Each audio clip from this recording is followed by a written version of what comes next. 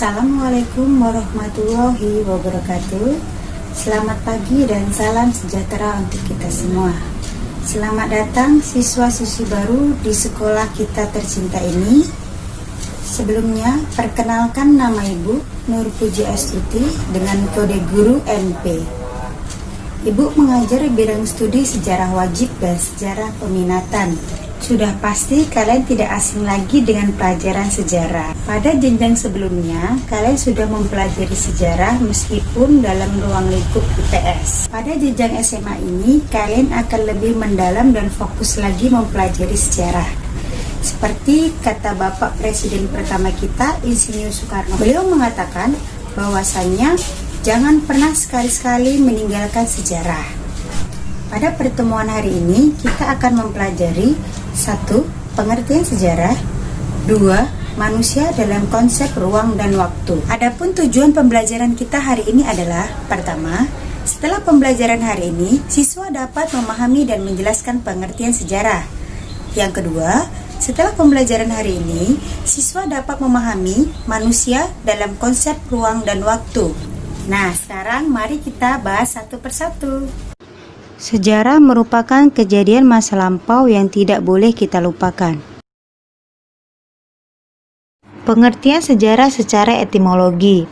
Sejarah berasal dari bahasa Arab, dari kata sajaratun yang berarti pohon yang bercabang-cabang dari titik yang saling berhubungan.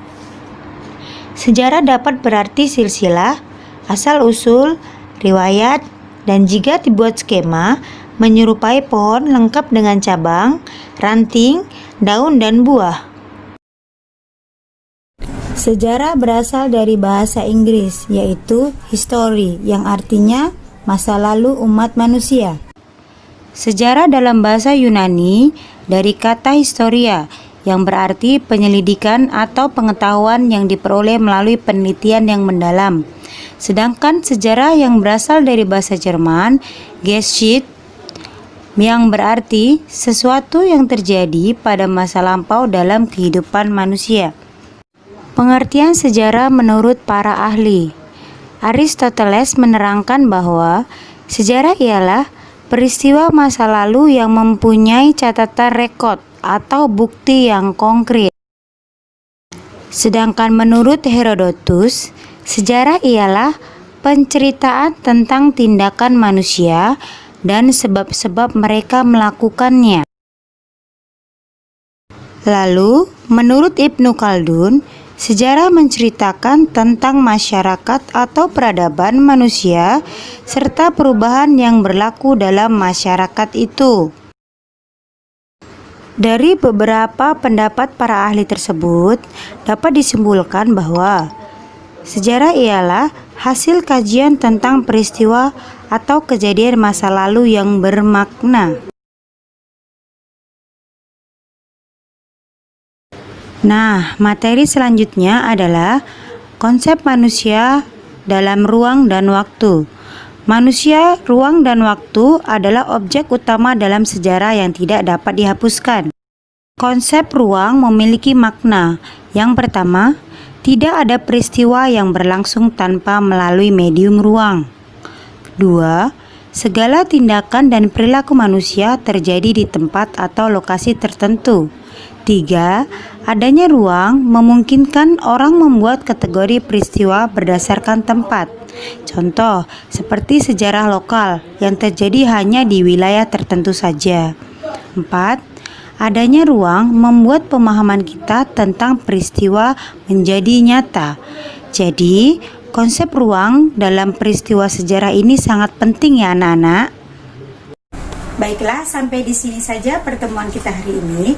Kesimpulan pembelajaran kita hari ini adalah pengertian sejarah secara etimologi yang berasal dari bahasa Arab, bahasa Inggris, bahasa Yunani, dan bahasa Jerman.